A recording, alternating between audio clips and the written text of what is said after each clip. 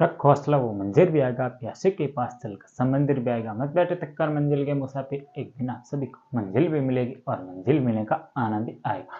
नमस्कार दोस्तों, आप सभी का हमारे YouTube चैनल पर स्वागत है। अगर आप आज हमारे YouTube चैनल पर पहली बार आए हैं तो चैनल को सब्सक्राइब और ये जो पास वाली घंटी दिखाई दे रही है इसे जरूर दो, जिससे आने वाले प्रत्येक वीडियो की नोटिफिकेशन सबको सबसे पहले मिलेगी और वीडियो को सबसे पहले देख पाएंगे। आइए दोस्तों, शुरुआत करते हैं आज के सेशन की। और आज का सेशन होने वाला है आप सभी के एग्जाम की दृष्टि से मोस्ट इम्पोर्टेंट। आज है 12 फरवरी 2025।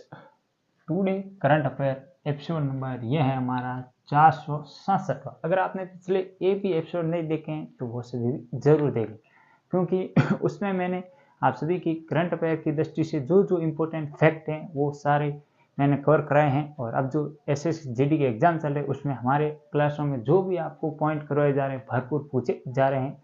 तो आपका भी एग्जाम बाकी है तो आप वो भी जरूर देखेंगे।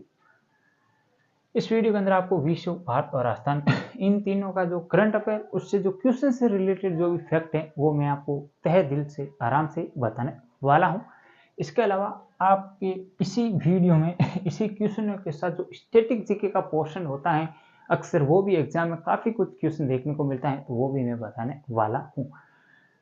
तो ये भी आपको ध्यान है, स्टैटिक सामान्य ज्ञान। आइए शुरुआत करते आज के एपिसोड की। आज पहला क्वेश्चन है वो है हाल ही में किस देश ने, यहाँ पर है बिम्स्टेक, ध्यान रखना यहाँ पर बी का आता है बिम्स्टेक युवा शिखर सम्मेलन 2025 का आयोजन कहाँ पर किया गया। इंपॉर्टेंट है, ध्यान रखना कि जो बिम्स्टेक है वो बिम्स्टेक युवा शिखर सम्मेलन 2025 का आयोजन कहाँ पर किया गया या किस देश में किया गया। तो ऑप्शन ए है वो है भारत, ऑप्शन बी है वो है बांग्लादेश, ऑप्शन सी है वो है श्रीलंका और ऑप्शन जो डी है वो है नेपाल। तो इसका राइट और सटीक आंसर होगा वो होगा भारत।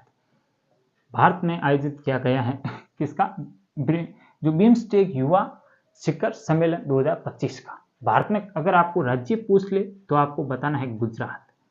कहाँ पर किया गया है गुजरात। और इसका इस समारोह का उद्घाटन किसके द्वारा किया गया है, तो ये किया गया है भारत के युवा एवं खेल मंत्री, नाम क्या है आप मुझे कमेंट बॉक्स में बताने वाले हो, उनके द्वारा किया गया है। क्योंकि ऐसे अक्सर जो मैं एग्जाम आपको क्वेश्चन पूछता हूँ ऐसे डायरेक्ट सीधे एग्जाम में देखने को मिलते हैं, तो ये भी आपको ध्यान रखना है। बताना है कि वर्तमान में भारत के युवा एवं खेल मंत्रालय के प्रमुख कौन है या मंत्री कौन है। गुजरात की बात करें तो आप सभी को पता होगा भारत का पहला सौर ऊर्जा से संचालित संपूर्ण गांव, एक पूरा गांव है जो कि संपूर्ण सौर ऊर्जा से संचालित होते हैं, उसका नाम है मोडेरा गांव। ये भी आपको ध्यान रखना। इसके अलावा विश्व का सबसे बड़ा क्रिकेट स्टेडियम भी यहीं पर स्थित है गुजरात के अंदर। और गुजरात में मकर संक्रांति के दिन उत्तरायण होता है और उसमें पतंग महोत्सव अहमदाबाद में आयोजित किया जाता है, ये भी आपको ध्यान रखना है।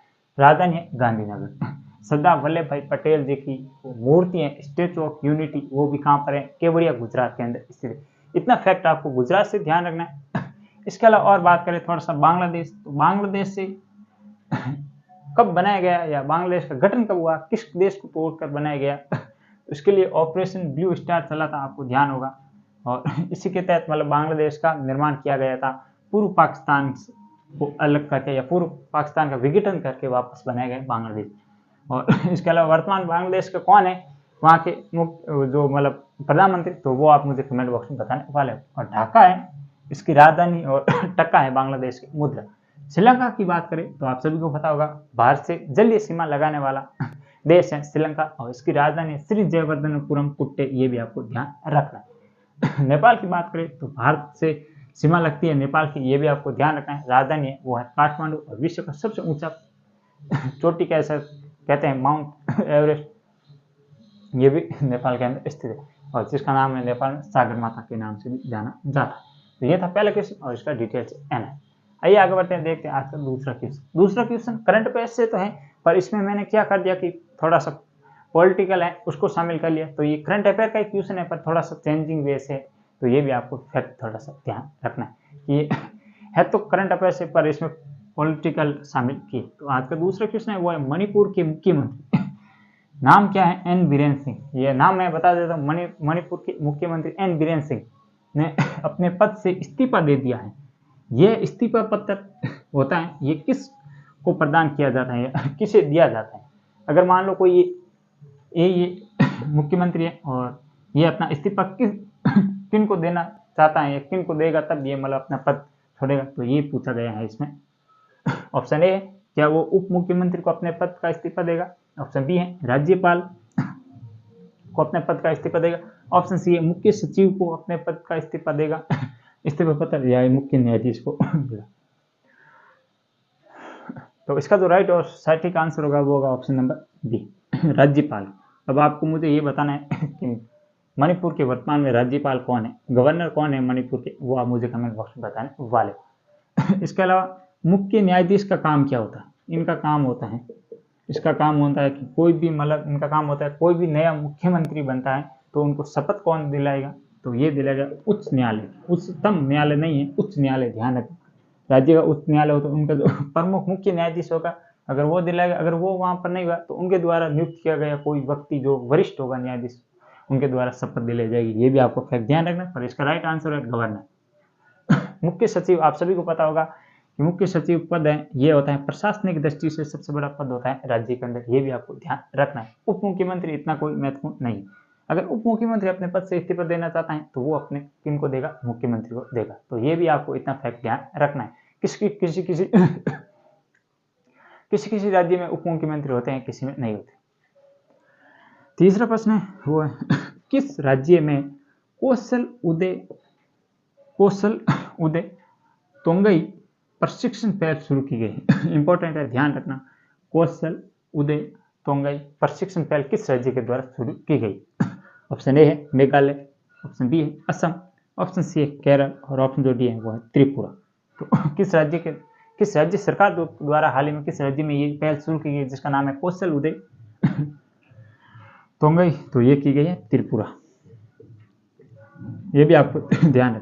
त्रिपुरा की बात करें तो बांग्लादेश से तीनों ओर से घिरा हुआ राज्य है त्रिपुरा, ये भी आपको ध्यान रखना। अब मुझे आप ये बताना है क्या ये कर्क रेखा पर स्थित है या नहीं।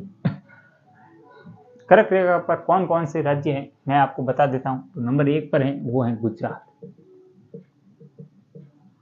2 पर है राजस्थान, 3 पर है एमपी, 4 पर कौन सा है छत्तीसगढ़, झारखंड,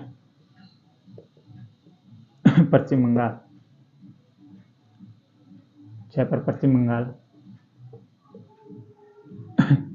अब 2 ये कौन से ये आप मुझे कमेंट बॉक्स में बताएं, क्योंकि ये 5, 6, 7, तो 2 और कौन से वो आप मुझे कमेंट बॉक्स में बताएं, टोटल 8 हो जाए। और इसका मैंने राइट आंसर बता दिया। 14 क्वेश्चन है वो है किस स्थान पर, ऐसे लिखे किस स्थान पर रेशम किसान मेले का आयोजन किया जा रहा है, कहाँ किया गया है। तो रेशम किसान मेले का आयोजन कहाँ पर किया जा रहा है। Option A Paschim Bengal, option B है वो है झारखंड, ऑप्शन सी है उड़ीसा, और ऑप्शन जो डी है वो है जम्मू कश्मीर। किस स्थान पर किया जा रहा है रेशम किसान मेले का आयोजन, तो ये किया जा रहा है जम्मू कश्मीर के अंदर। ये भी आपको ध्यान रखना है, इतना इंपॉर्टेंट नहीं है, थोड़ा सा देख लेने को। और अगर हम बात करें तो रेशम उत्पादन में प्रथम स्थान पर है वो है पश्चिम बंगाल, जूट रेशम, ये आपको थोड़ा सा ध्यान रखना। 5वां क्वेश्चन है वो है हाल ही में लक्ष्मण दान कब है। ये राजस्थान करंट अफेयर से संबंधित ध्यान रखना है।